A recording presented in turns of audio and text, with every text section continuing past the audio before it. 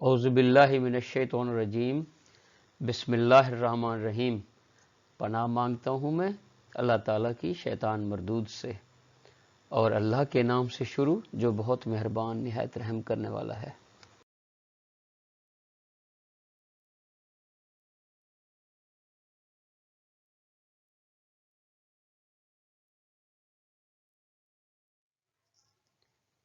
Dear viewers and dear students, veterinary problems and solutions channel से मैं हूँ आपका host professor doctor Masar Ayaz, Cholistan university of veterinary and animal sciences Bahawalpur से। Dear viewers, dear students, आज हम tapeworms of dogs and cats, जो कि हमारे पेट्स हैं, उनका पार्ट बी हम डिस्कस करने जा रहे हैं कि जो कि जूनोटिक सिस्टोड्स हैं, आमतौर पर पेट्स से इंसानों को या दूसरे जानवरों को वो लग सकते हैं। मैं हूं आपका host professor doctor Mazhar Ayaz, veterinary problems and solution channel से।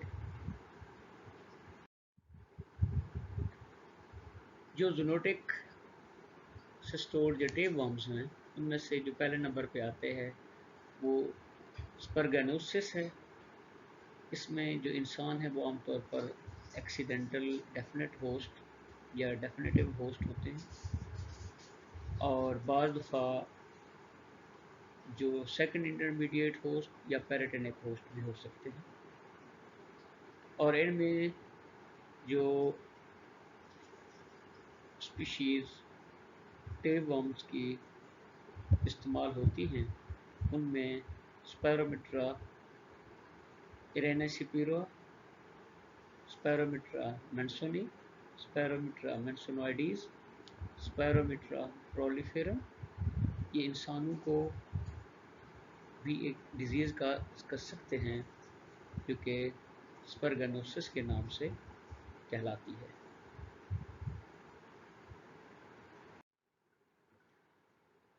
जो स्पैरोमिट्रा इरेनेसी है, ये आमतौर पर डॉग्स को इसकी इन्फेस्टेशन होती है, और ये जो रोडेंट्स हैं, स्नेक्स हैं, लिजर्ड्स हैं, उनको खाने के बाद ये इन्फेक्शन उनको हो सकती है।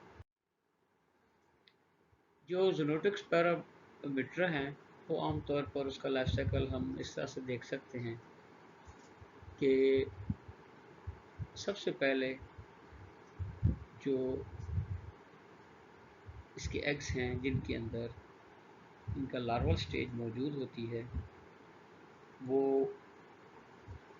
जो एक्वेटिक होस्ट है वो उसको आमतौर पर खाता है, और फिर जो उसके सेकंड लार्वल स्टेजेस हैं एक्वेटिक एनिमल्स से, वो फ्रॉग्स, स्नेक्स या ह्यूमन बीइंग्स उसको एक्सीडेंटली उसको अचीव कर लेते हैं या उसके एक्सीडेंटल होस्ट बन जाते हैं। और जो बाहर डॉग्स एंड कैट्स वॉक के लिए या वैसे बाहर रहते हैं, वो अगर इन फ्रॉग्स को या इन स्नेक्स को एक्सीडेंटली खा लें तो ये इन्फेक्शन उनके अंदर इस्टेब्लिश हो जाता है। जो स्पैरोमिट्रा एरेंसी यूरोपिये है, ये इंसानों के अंदर बार दफ़ा ब्रेन के अंदर ये लीजन स्कैन कर सकता है, लेकिन जो दूसरे एनिमल्स हैं वो आमतौर पर पॉपीपॉड या जो क्रस्टेशियंस हैं उनको जब उनके अंदर फर्स्ट कोरिसीडियम की जो स्टेज डेवलप हो रही होती है, लार्वल स्टेज डेवलप हो रही होती है, तो वो प्लूरिसर्कॉइड की फॉर्म में सेकंड इंटरमीडिएट होस्ट, जिसमें फिश भी हो सकती है, हेजहॉग्स हैं, पेलिकन्स हैं, कैट्स, डॉग्स हैं, वो या ह्यूमन बीइंग्स हैं, वो आमतौर पर डेड एंड होस्ट भी बन जाता है।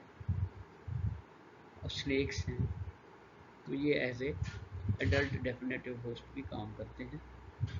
और इस तरीके से इनका लाइफ साइकिल चलता है। इंसानों में ये ब्रेन के अंदर भी बाज़ दफ़ा माइग्रेशन करके पहुंच जाते हैं।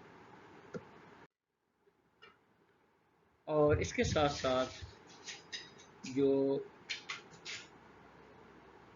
स्पैरागोनम मेंसोनी है वो आँख के अंदर और कुटिनियस या स्किन के नीचे या जो चेस्ट मसल्स हैं, ब्रेस्ट है, एक्जिला है, वहाँ पर भी ये माइग्रेटिंग करके इन्फेक्शन पैदा कर सकते हैं। फिर ये बात हुआ नी और फोरहेड और जो नी के नीचे है या अपर साइड पे है वहाँ पे भी ये बाज़ दफ़ा स्पैरागोनोसिस अगर एक्सीडेंटली काज कर सकते हैं। अगर इनकी लाइफ साइकिल को देखें तो जो क्रस्टेशियंस हैं उनके अंदर क्रोसीडियम इनकी जो लार्वल स्टेजेस होती है डेवलप होती हैं, जो कि प्रोसर्कॉइड लार्वल स्टेजेस में डेवलप हो जाती हैं, और फिर प्लीरोसर्कॉइड लार्वल स्टेजेस एम्फीबियंस और या स्नेक्स के अंदर डेवलप होती हैं, और फॉर्म जो है अडल्ट वो डॉग्स, कैट्स या इन एनिमल्स को खाने के बाद होता है। अगर इन ह्यूमन बीइंग्स भी इनको एक्सीडेंटली खा लें तो वो भी इसका इन्फेक्शन का शिकार हो सकते हैं। जैसा कि आप देख सकते हैं कि किस तरीके से इसका लाइफ साइकिल अपने आप को कंप्लीट करता है और किस तरह से स्पैरागोनोसिस डिफरेंट एनिमल्स में ये काज होती है। स्पैरोमीट्रा मेंसोनाइडीज ये इतना ज़्यादा कॉमन नहीं है, ये डॉग्स एंड कैट्स में बाज़ दफ़ा पाया जाता है, जो कि डॉग्स एंड कैट्स एक्सीडेंटली तौर पर इन्फेक्टेड फ्रॉग्स वगैरह को खा लेते हैं तो उससे इन्फेक्शन हो जाती है। जक्सिला पस्कुलाई ये एक और टेपवर्म है जो कि रेप्टाइल्स के थ्रू डॉग्स एंड कैट्स को होता है, और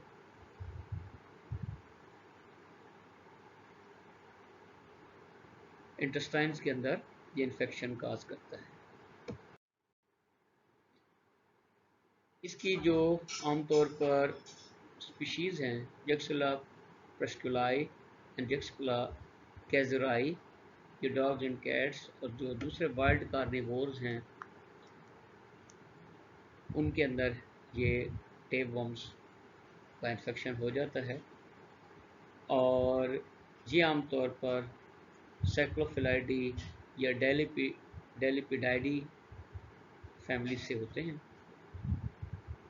और इनके स्कोलेक्स के ऊपर 4 सेप्टर्स होते हैं और एक प्रोट्रूडेबल सिलेंड्रिक रोस्टेलम होता है जिसके ऊपर छोटे छोटे कांटों की तरह थॉर्न लाइक हुक्स होते हैं, और इनके जो इंटरमीडिएट होस्ट हैं वो आमतौर पर फीकल मटेरियल खाने वाली बीटल्स हैं और रेप्टाइल्स हैं, जो कि एज ए ट्रांसपोर्ट होस्ट भी यहाँ पे काम करते हैं। जैसा कि आप देख सकते हैं जक्सिला का जो इन्फेक्शन है वो यूरेशियन लिंक्स के अंदर भी ये देखा गया है, और डॉग्स के अलावा ये कैट्स में अपने आप को इन्फेक्शन ज़्यादा इस्टेब्लिश करता है। अगर सिस्टोड्स के साइन एंड सिम्टम्स की बात की जाए तो जो सिस्टोड्स हैं वो डॉग्स एंड कैट्स के अंदर आमतौर पर उनसे वेट लॉस होता है, एनीमिया होता है, वोमिटिंग होती है, डायरिया होता है, और बाज़ दफ़ा उनकी इंटेस्टाइन्स ब्लॉक हो जाती है। एनिमल्स या डॉग्स जो हैं वो अपने बॉटम पे स्कूटिंग करते हैं और उनका ब्लडी फिशेस होता है। अगर डायग्नोसिस की बात की जाए तो वो आम तौर पर ऐसे मोबाइल टेप वर्म्स जो कि कंबल सीड्स की तरह होते हैं या खीरे के जो बीज होता है उस तरह होते हैं, वो एनिमल के फीसेस या उसके इर्द गिर्द या उसके एनस के इर्द गिर्द वो क्रॉल कर रहे होते हैं। और ये बाज़ दफ़ा छोटे चावल के दानों की तरह भी होते हैं। और दूसरी इसकी डायग्नोसिस है कि इसके अगर एनिमल के फीसेस को माइक्रोस्कोप के नीचे देखा जाए तो उसमें से आपको एग भी नज़र आते हैं। ट्रीटमेंट के हवाले से बात की जाए तो इसमें जो प्रोज़िक्विंटल्स हैं और मेबेंडाजोल हैं मेडिसिन्स, वो इस पर काफ़ी अहमियत की हामिल हैं। और प्रोज़िक्विंटल का जो डोज रेट है वो 5 मिलीग्राम पर केजी बॉडी वेट है इंजेक्शन पेस्कुलाई का, जो डॉग्स के अंदर है। और इसी तरीके से पेरेंटाल या फेमेंटल भी इस्तेमाल होती है। और कैट्स में पेरेंटल भी इस्तेमाल होती है। इसको अगर 7.5 मिलीग्राम पर केजी बॉडी वेट के हिसाब से दिया जाए पर ओरल 2 दिन कंसेक्टिव, तो ये डेफ्लोबोथ्रियम स्पीशीज़ डॉग्स के अंदर इस्टेब्लिश हो जाती हैं, उनके लिए भी अहम है।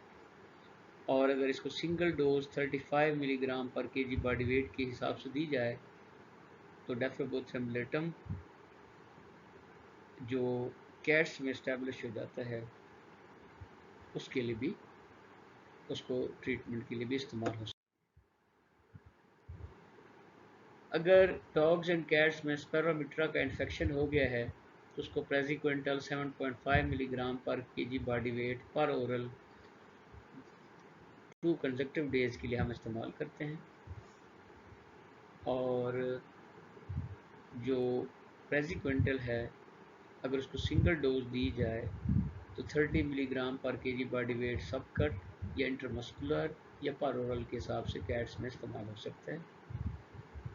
मेबेंडाजोल 11 मिलीग्राम पर केजी बॉडी वेट के हिसाब से पर ओरल भी सक्सेसफुल है। तो एंथेलमेंटिक्स का डियर स्टूडेंट्स एंड व्यूअर्स आपने देख लिया कि उसको वो ब्रॉड स्पेक्ट्रम हम एंथेलमेंटिक्स इस्तेमाल करते हैं